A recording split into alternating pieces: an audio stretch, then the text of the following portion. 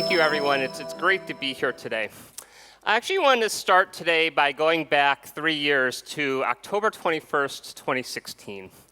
And this is a day that, at least for many of the Americans, is easy to remember because it's a day that much of the internet that we use on a daily basis seemed to go down.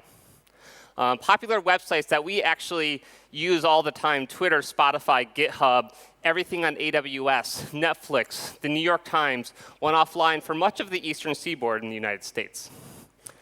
And when this happened, there was this rampant speculation about this. I mean, we saw everything from people guessing that this was the first test of cyber warfare in the United States. And people speculated across the board what happened. And today, I want to talk about what actually happened and what it means for the internet. So on October 21st, what actually happened was that a single company called Dyn came under a very large denial of service attack. And Dyn is a large DNS provider. They're a company that most, I'd say, end users have never heard of, but they provide advanced DNS for many companies on the internet. They let companies say, if you're receiving a request from this part of the United States, send them to this set of servers. If they're from Europe, send them to a different set of servers. But they're one of these plumbing companies that many of these large services like Twitter uses. And Dyn came under denial of service attack such that they weren't adequately able to respond to many of the legitimate user requests that were coming in. Now, this attack on Dyn, while it was the first one that really hit the mainstream media or that many users noticed, was actually the third in a series of denial of services attacks that looked very different than other ones we had seen in the past. And the first one was actually against OVH, the large hosting provider. There was one against Brian Krebs, the security blog, who is an investigative journalist. And then this third attack against Dyn. And these attacks were different in two ways. The first was just the order of magnitude. The attack that we saw against Brian Krebs was about twice as large as any other denial of service attack we'd ever seen on the internet before. It was about 620 gigabits per second of attack traffic. And before that, we had seen maybe around 360 gigabits of traffic. So it was about twice as big as what we'd ever seen publicly recorded before. And the second was that we'd gotten very used to seeing these reflection attacks for denial of service. Someone would use misconfigured DNS servers or misconfigured NTP servers to amplify the attack traffic that was sent towards a victim. So you might, as the attacker, only need to take over 5 or 10 gigabits of bandwidth. But there are so many misconfigured servers on the internet that you could use these servers to amplify these attacks to hundreds of gigabits of traffic to hit your victim. This attack did not use any of this type of amplification. Instead, we saw about 600 gigabits of traffic that would look like organic traffic. They were direct requests to these websites, to Dyn. And all of these requests were coming from IoT devices. So about 600 gigabits of traffic was coming from about 200,000 IoT devices that had been taken over from a botnet called Mirai. And the Mirai botnet was kind of a change in how we've been thinking about IoT security. It was the first major IoT botnet, and it has since then continued to evolve and be used for internet attacks. The Mirai malware actually is what you come to expect from malware in many ways. It's a fairly simple piece of malware. The bot, when it becomes infected, goes out and it randomly scans IPv4 addresses on ports 23 or 2323, which are telnet. And it attempts to log into these devices using about 10 usernames and passwords. These are things like admin or admin password. It infects a device. And then it begins to go out and scan for more victims. And then when it receives a command from its bot master, it can go out and perform a denial of service attack against a victim of that bot master's choice. So this was, in many ways, a very simple piece of malware. And so there's this question of, well, why was Mirai so successful? Why was this piece of simple malware able to produce denial of service attacks that were twice as big as anything we'd ever seen before? And one of the reasons that it was successful was because it was so very simple. It didn't rely on any complex 0 days. It wasn't relying on any complex methodology that was vendor specific. What it did is it ran in and it logged in and it ran a couple bash commands. it would run pkill, it would then download a binary and run it. And actually, even when the device restarted, the binary would not be reloaded again. The device would come back as normal. But it was successful because this was the lowest common denominator that so many devices had. So many of these devices were just small embedded Linux devices that had no security. They just had a shell on them. And so that simplicity and the stateless scanning that Mirai used enabled it to take over many more machines than we had ever seen taken over by prior pieces of malware that were targeting IoT devices. So we actually know how many devices Mirai infected because due to its simplicity, there are a bunch of places where they took shortcuts. And one of the shortcuts they actually took was that for every scan packet that they sent out, they set the TCP sequence number to be the same as the IP address being scanned. Now, you're supposed to go out and generate a random number for your sequence number. And they said, why bother if we can just set it to the IP address? And because of this, we could see the devices that were scanning for other devices to infect. So the botnet actually starts around August 1st, 2016, and it actually starts out of a data provider, or out of a hosting provider in the eastern part of the United States. And for about 2 hours, it actually just scans from the single IP address in this data provider looking for these IoT devices. About 2 hours later, the botnet actually emerges around 4 a.m. and starts to scan for other devices from what was found during this initial bootstrapping phase. And then within about 24 hours, the botnet's taken over around 65,000 IoT devices. It is starting to ramp up. In total, the botnet in the beginning is able to take over around 200,000 devices. You can see in the beginning it is just starting to scan from Telnet on port 23. Eventually, it starts to scan other ports. You can see the green here emerges when it starts to scan 2323, which is the Telnet port used on many IoT devices. And then it continues to evolve over time. You can see this spike right around December where you start to see scanning on other ports. Here, actually, the port that's being scanned is 7547, which is used for managing customer premise equipment, oftentimes cable modems in users' houses. And another exploit was added to the malware. And at that point, there was about 600,000 devices that were compromised. We actually know what the devices were that were compromised because the way that this malware worked was it just attempted to log into any device that had a public authentication prompt. So these devices that were infected had Telnet running on the internet, or had SSH running on the internet, or had a web interface. And so when we go and we look at these IP addresses, we can actually very helpfully be told exactly what model's there. Most of these devices all have a web interface. This looks like what we see when we log into our home routers. But these devices had very similar interfaces. And so we look at internet scan data, and we combine this with the devices we see scanning for more infection. We see this breakdown that really targets surveillance cameras, digital video recording equipment, and home routers. These are the types of devices that we actually see being infected in the wild. And when we look at the malware itself, we actually see a very similar set of passwords that are associated with these types of devices.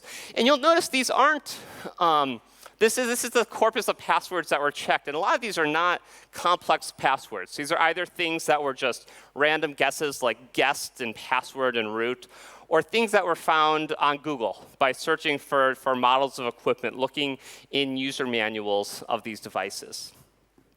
But this was all that was needed to take over several 100,000 IoT devices. What was this list of usernames and passwords? So we know that Mirai had taken over 300 to 600,000 devices. And there's this question of, well, what did Mirai do? We had this bot master who could go out and attack anything. Who did they attack? We know that they attacked Brian Krebs. We know that they attacked Dyn. Who else did they attack? And by setting up honeypots that took commands from the command and control servers, we actually see these other set of sites that are, in some ways, very confusing. And you look at this set of sites and think, OK, so we've taken down Brian Krebs. We've taken down the Russian auctions. But let's also take down some cooking blogs. Let's take down some political websites. Let's go after some Minecraft servers. And you stare at this list thinking, OK, what do these have in common? Right? What's the common denominator here? In the end of the day, the answer is actually nothing. There's very little in common between these. And one of the reasons that is because after this piece of malware came out, the author actually posted the piece of malware itself on a hacking forum. And they helpfully shared the piece of malware with the world. So when this occurred, all of a sudden, there are all of these different operators who are trying to run their own mini Mirai botnets. And each of them would try to add their own enhancement. They might try to add a 0-day. They might add a new scanning technique. They may add new usernames and passwords. And so as time went on, we see this evolution. And this is actually just the very beginning of the evolution of Mirai. We essentially see what has occurred in the home malware space reoccur in the IoT malware space just in a very compressed time period. And so we see all of a sudden we're starting to use domain generation algorithms. We start to see the use of new vulnerabilities. We see obfuscation occur. And at this point in 2019, we've actually seen thousands of different strains of the Mirai malware that's continued to evolve over the last couple of years.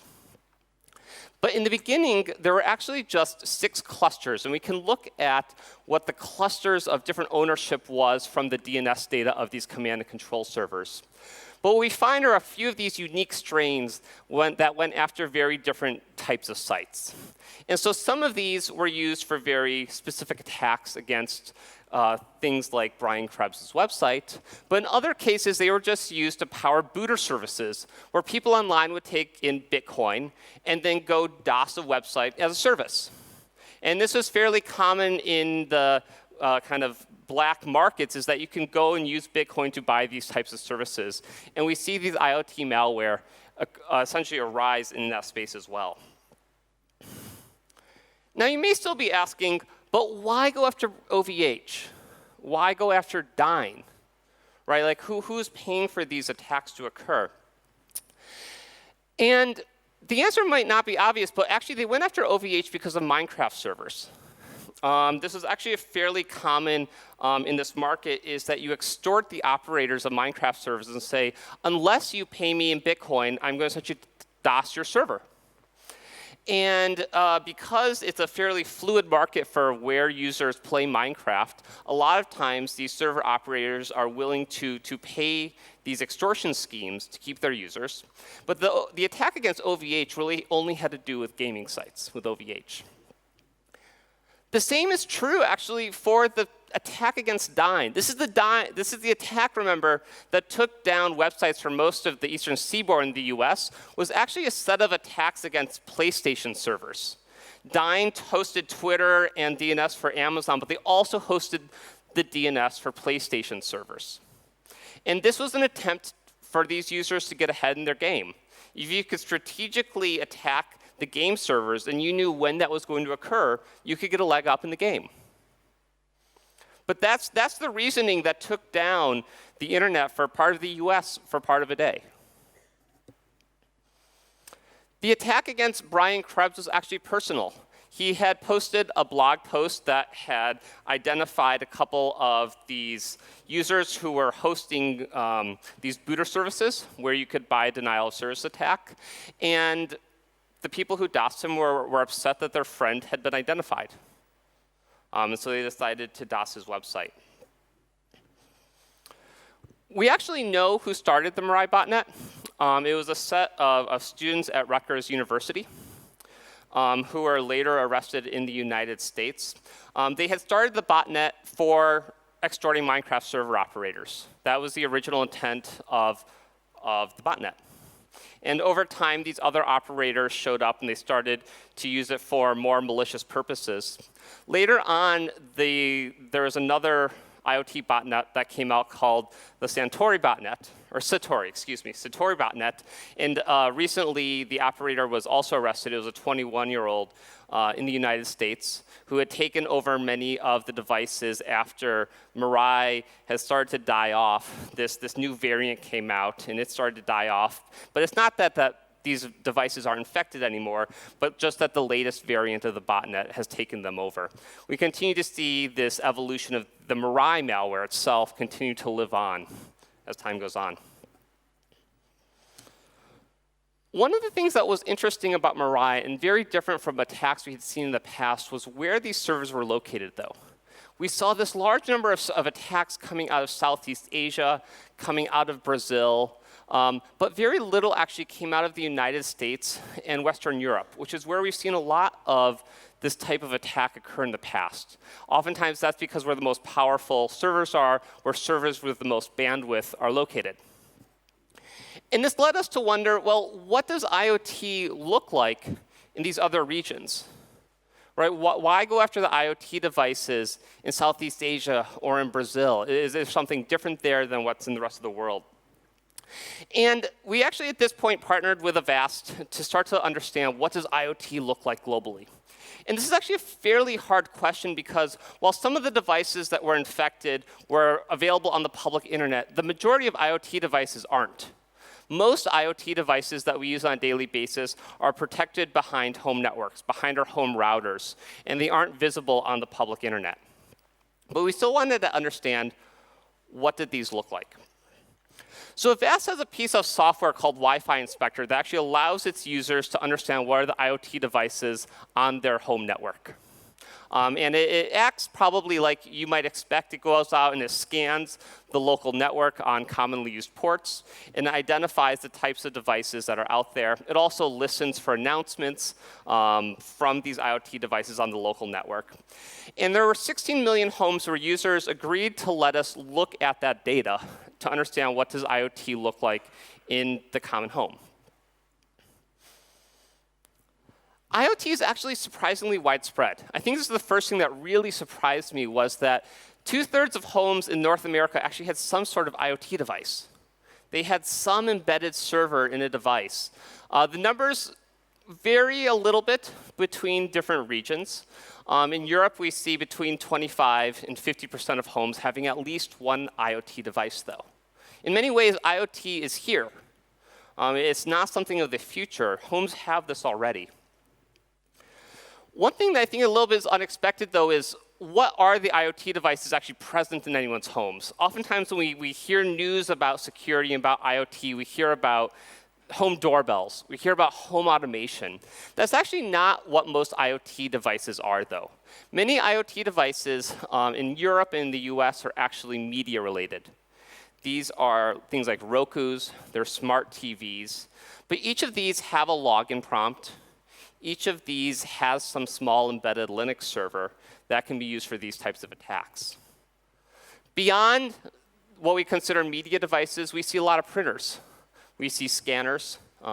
We start to see surveillance cameras. In some regions, if you start to look at Southeast Asia and South Asia, actually the vast majority of IoT devices present in those markets are actually surveillance cameras. In the US, I think the one exception we see actually in North America and the US is the presence of home assistants like Alexas or Google Homes, which are present in about 10% of homes now, but haven't really seen market penetration in some of these other regions. That may partially because they speak English. They don't necessarily have the language diversity. But IoT is here. It might just not really look like what we're expecting. One of the other things we saw was a huge number of these devices that have weak credentials.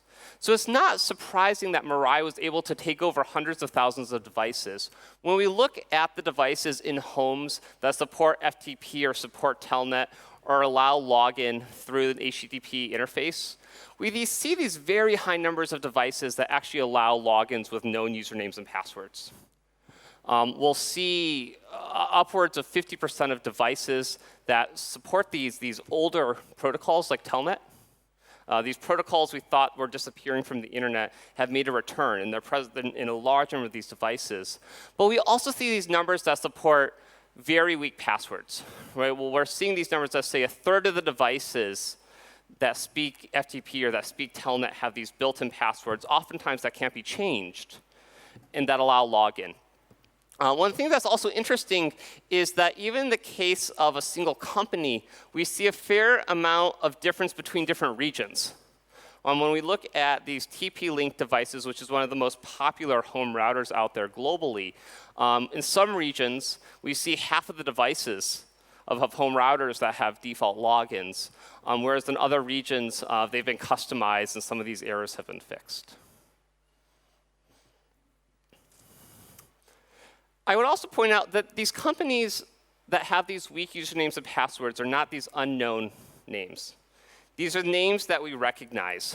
These are popular vendors that are actually responsible for many of these devices out there that have these, that support these weak credentials. This is looking at work appliances, which are mostly printers that allow weak logins. I suspect most of you recognize all the names on the list here. And so one of the good pieces of news is there's actually not a huge number of vendors that necessarily need to be fixed or that need to be moved forward for the world to get a little bit better. If you look at the number of vendors present, even globally, about 100 vendors account for close to 99% of IoT devices for each type of device. Now, for some cases, I think the most extreme we see in the gaming industry, there's really only 2 or 3 players, right? There's Nintendo, there's Microsoft, there's Sony.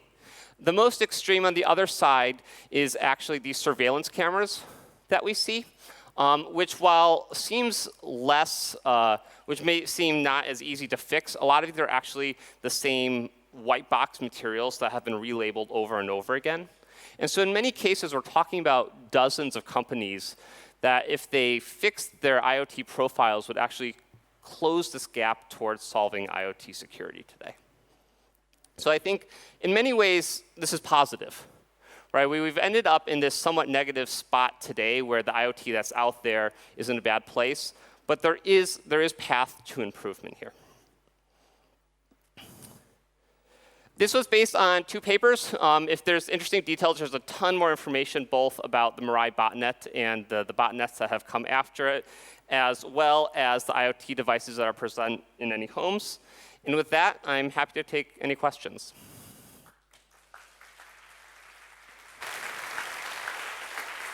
Thank you, Zakir. And yes, we have a question. How have you been able to determine whether devices have default credentials? Yes, so in the case of the latter study, we know this based on actually scanning for the devices in people's homes that have the weak credentials. People actually are able to run a scan that says, check my devices for weak passwords. And because they're running that against their own devices, we're actually able to check if they're vulnerable to different exploits or whether they're vulnerable to these default passwords. And next question, are these botnets easy to build? Are these botnets easy to build? I would say the answer is yes. Right? I mean, I think that's demonstrated here that the piece of malware that was used was not complex. It was not exploiting 0 days or going and finding new vulnerabilities. It was using many known techniques and just gluing these together and using these against an ecosystem that was very weak to attack. And in your opinion, what should be the role of regulators in this field to protect IoT? Yeah, I mean, that's an interesting question. There's been a lot of suggestion of would regulation in Europe or in the US fix this problem. And I think if you go back and look at the map of where these attacks occurred, you'll see that this isn't a problem that can be fixed with regulation in a single country. A lot of these attacks, while they may have been against entities in the US, were not originating in the US. And so there may be hope that by regulating IoT, this might raise the bar a little bit. But we also see that even for a single vendor, when we look at TP-Link, there's a big difference in the security across different countries. So it doesn't look like we've seen the security of these devices move up completely. We've seen the security of a single region move up, while all the other regions kind of are left behind with these poor security practices. And that's also the role of Telnet. That's the next question, why it is so widely used when it is proved insecure. And I think Telnet is used because it serves its purpose for during the manufacture of these devices. In many ways, the IoT space is this race to the bottom of who can get these devices out the cheapest. There isn't any focus on security in their development. And Telnet lets the manufacturers get in. We still have enough time, so what is the best network proactive defense against botnet, in your opinion? Sure. There's been a lot of work against how do we protect against denial of service attacks. And I think in many ways we actually don't have a good solution today. I think as we saw, Dyn was not a small company. Brian Krebs' blog was actually forced off of Akamai, one of the largest denial of service protection companies.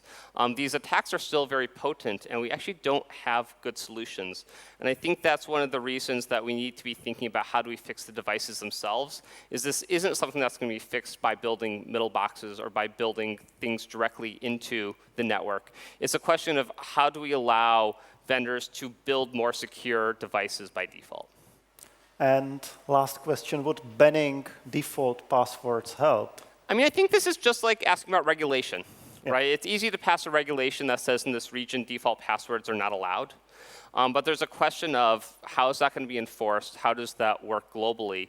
And I don't think we have a good answer to that policy-wise today. Thank you very much, Zakir. Thank you. Pleasure having you here.